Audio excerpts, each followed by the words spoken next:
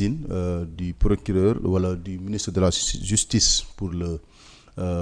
le procureur général. Alors pour Farba Ngom, bon, je rappelle que Farba Ngom ñi ngi njëkkoon a lever son immunité parlementaire quand même au mois de février 27 février lañ ko defoon sous mandat de dépôt. li ñu ko doon toppee mu ngi nekk association de malfaiteurs, blanchissement de capitaux, escroquerie sur les deniers publics portant sur des montants estimés à 31 milliards 885 millions 444 francs et 91 milliards 686 millions 628 mille 50 francs, mais aussi complicité d'abus de biens sociaux. Donc su buñ ko totalee ñu ko doon topp ci lu tolloog 125 milliards. Alors à partir de depuis décembre en tout cas, le garde des Sceaux saisir na l'Assemblée nationale. Alors yii la ñuy toppee Farba Ngom muy ñett yi, muy violation du secret de l'instruction, introduction d'objets prohibés en milieu carcéral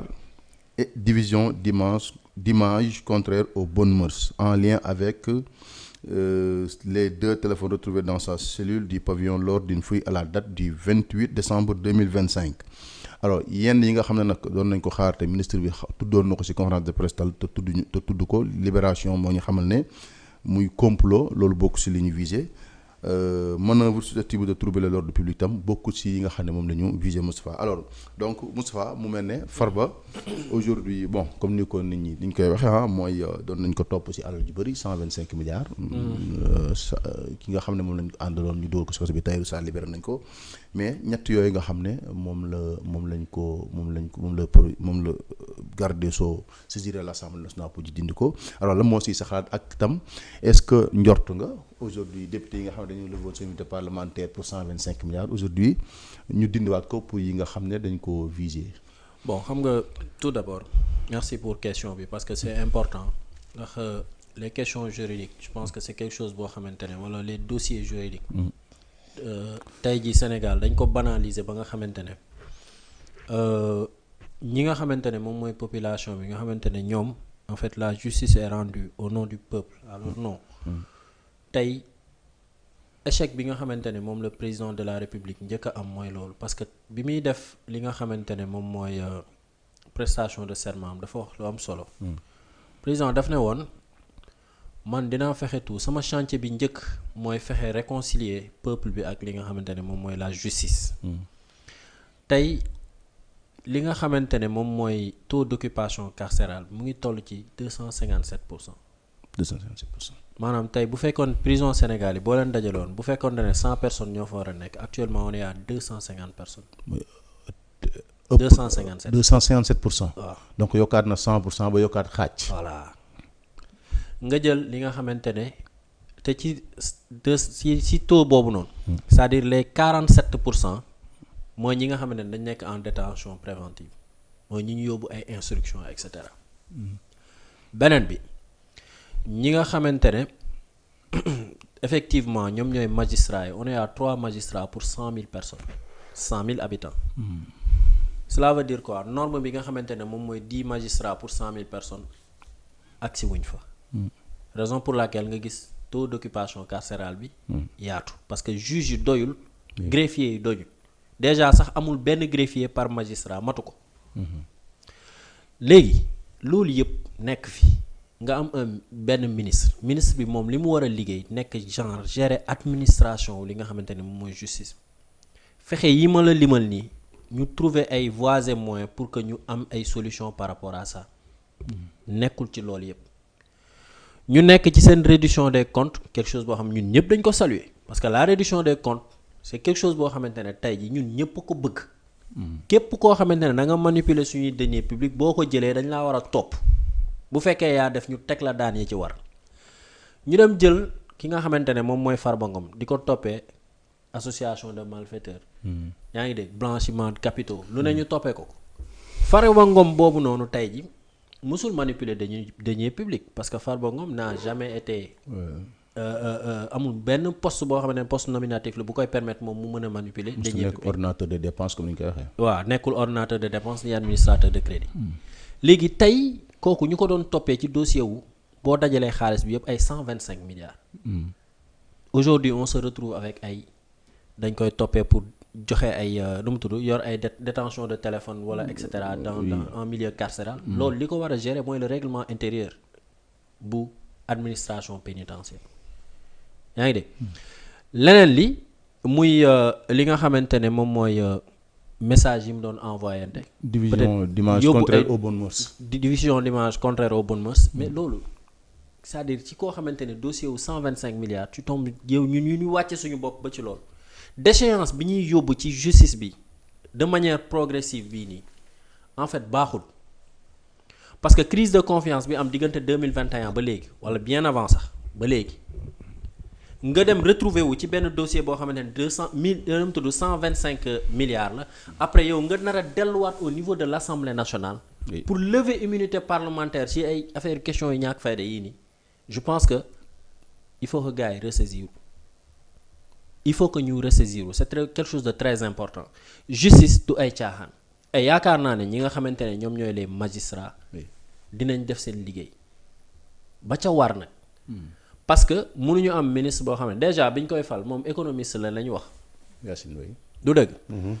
xamul sax rouage justice pour mën a tey ji parce que justice dafa nekk lu technique xam nga tey Ousmane Diagne bi mu fa nekkee quoi qu'on puisse dire il a essayé un temps soit peu gérer la muy gérer ak ñeneen ñi nga xamante ne jaaroon nañ fa nekk ñoo xamante ne dañ jaar ci corps boobu noonu léegi ki nga xamante ne xamu ko dafay telli rek di dem. Et on a comme l'impression que ne dañuy def benn acharnement sur des leaders politiques c'est-à-dire dossiers yi la ñuy bañ loolu moo am c'est-à-dire dossiers yi ay dossiers politiques képp la. léegi nag comme ni ma waxoon la dernière fois fii gis nga dafa am lu am importance ñoom Farba Ngom yi. dafa am seen benn tribunal bu leen condamné ba pare léegi nag ce qu'il faut éviter dans la justice mooy l'immédiateté du verdict social ñoom seen tribunal populaire yooyu li ñuy wax du loolu la justice loolu engagé wul la justice parce que les preuves se discutent devant le juge et le juge juge d'après son intime conviction yaa ngi dégg donc man jàpp naa ne kaawu Farba Ngom bi nga jàpp le principal bàyyi ko mu ñibbi léegi ki nga xamante ne moom mooy nga ne woon complice la moom nga téye ko pour d'autres chefs d'accusation yoo xamante ne très sincèrement buñ ko comparer par rapport ak lañ ko doon toppee nga xam ne dafa topp ci ay 125 milliards mais affaire bi dafa dem ba nga xam ne dafay ridicule et je pense que muy commencer def benn remous ci biir Pastef parce que lañ doon xaar ñoom ñëpp yaakaaroon ne Farba Ngom mi sàcc la ñëpp loolu lañ doon wax léegi tey teggi nañ wàllum sàcc boobu teg ko nee de côté waxatuñ ci li ñuy wax mooy ay téléphone ak ay nu mu tudd ay documents yoo xamante ne daf ko envoyé et cetera donc je pense que lii benn revers la boo xamante ne échec d'abord wax naa la ko sànq du président de la République ci côté boobu parce que réconciliation ba mu doon ut entre le peuple et la justice ba tey ji amagul parce que lu tax amagul bu fekkonte ne ñun ñi nekk ci biir opposition bi ñun ñoo doon fustiger justice su boobaa dinañ wax ne non c'est-à-dire c'est parce que ñun dañu far fenn moo tax mais ñaari parti yëpp ay nekk di kaas waa Pastef ñu ngi kaas ñi nekk ci biir opposition bi ñu ngi kaas te ci seen biir coalition Diomaye président tout le temps nga dégg Bougane sur les questions judiciaires muy kaas bon même le premier ministre à l'Assemblée nationale sax kaas na ne aujourd'hui ñi ñu jàpp te amuñu ci ñoom preuve nañu leen bàyyi waaw léegi oui léegi moom ba muy jiiñ nit ñi sàcc kon ba muy jiiñ nit ñi sàcc ak corruption ak lu ne kon moom xanaa waxul woon dëgg ci lan la ko tegoon donc ci jàq non xam nga tey man dama bëgg bu ñuy def politique aussi mu ànd ak éthique tuuti parce que taxaw fii nii cela yow bu ñu toppee sa logique bi ngay waxee nii mooy que ne Ousmane Sonko c'est-à-dire dafa utiliser la manipulation à travers li nga xamante ne sosal ay nit dañuy ay sàcc lañ parce que bëri na ñu fi jiiñ ay sàcc duñ jeex ñoo xamante ne dañoo détourner deniers publics bi Farba Ngom la preuve dafa dem taxaw carrément añam la taxaw ne ko carrément yow dootoo bokk élection teguñu ci quelque temps ñu jàpp Farba Ngom waa jàpp ko léegi dossier bi ñu doon wax ka nga xamante ne moo nekkoon principal accusé bi kooku nee na Farba Ngom bi sax deful dara yéen da ngeen koy toppee sax kii deful dara ba pare yéen a ma ameel xaalis sax que man lu dëgg donc Ousmane Sonko ba muy jiiñ ñoom Farba Ngom bi naa leen ay sàcc lañ dëgg la doon wax wala da doon manipuler question fondamentale yooyu dañu war di poser Ousmane Sonko c'est-à-dire dafa jot tey jii on est arrivé à un moment donné boo xam ne fii ci Sénégal Ousmane Sonko la mu doon wax vaar yi dafa doy man honnêtement da nga koy vaar ba après yow dootoo xam looy maanaam xam nañ limitam quoi léegi fi mu toll nii ay question lañ ko war a poser bu fekkee Farba Ngom bi dafa génn bu fekkee Mansour Faye dafa génn kon Ousmane Sonko la mu doon wax lan la kon. Bon, mais à l'état actuel des choses, la justice n'a pas encore blanchi deux personnes. Hein. Non. Ba léegi bon may nañ leen liberté provisoire may nañ Mansour Faye Tahirou Farba pas encore mais la justice ba léegi waxagul defagul dara aussi. Mansour Faye si affaire Covid bi mënoo ko ci juger ba jàpp ko yaa ngi dégg keneen a ci yam Farba Ngom bii mënoo koo téye te waa trésor public fa nga xamante ne fa la koppar yi di génnee amul kenn koo ci woo wala bu ngeen leen wooyee ñun yëguñu ko yaa ngi dégg parce que xaalis bi fa lay jóge donc boo amee complicité entre ñaar yi mais Farba Ngom demul lekk ci coffre trésor public dem tibb foofu noonu xaalis du dëgg xaalis dafa am fu mu jaar bu fekkee sàcc la léegi nag ña nga xamante ne tey ñoo nekk ci circuit boobu yëpp dañ leen war a woo mais loolu yëpp amagul ba ñun yëguñu ko bokk man en tout cas yëguma benn koo xamante ne yaa ngi biir trésor public et cetera ñu woo la ci dossier bi man yëguma ko bu fekkee am na aussi man yëguma ko bon am na ñu ci woo quand même. très bien déglu leen bi Tahirou Sarr waxee ne lu légal la. moom laa lay expliqué ne xam nga mës naa expliqué benn affaire ñoo ko blanchir d'habitude ñoom sax pour wan ne. moom laa lay expliqué ne bi ñuy wax ci wàllu rachat de créance man j'avais expliqué la même chose leen carrément que lii c'est quelque chose bu légal la li muy jaaree aussi nii ak nii c'est lu légal la mais malheureusement ce qui se passe actuellement mooy que acharnement la ñuy def ci entre Tahirou Sarr ay Farba Ngom et cetera te dossiers yi du mujj fenn. loolu mooy dëgg dossier yi du mujj fenn justice bi am na yeneen chantier yu mu war a régler comme yi ma la limal sànq. taux d'occupation carcérale bi et cetera que ñu ñëw di concentré wu ci ay Farba Ngom te amuñu lu concret lu dul affaire yu ñàkk fayda yi ñu ko mujjee topp. D'accord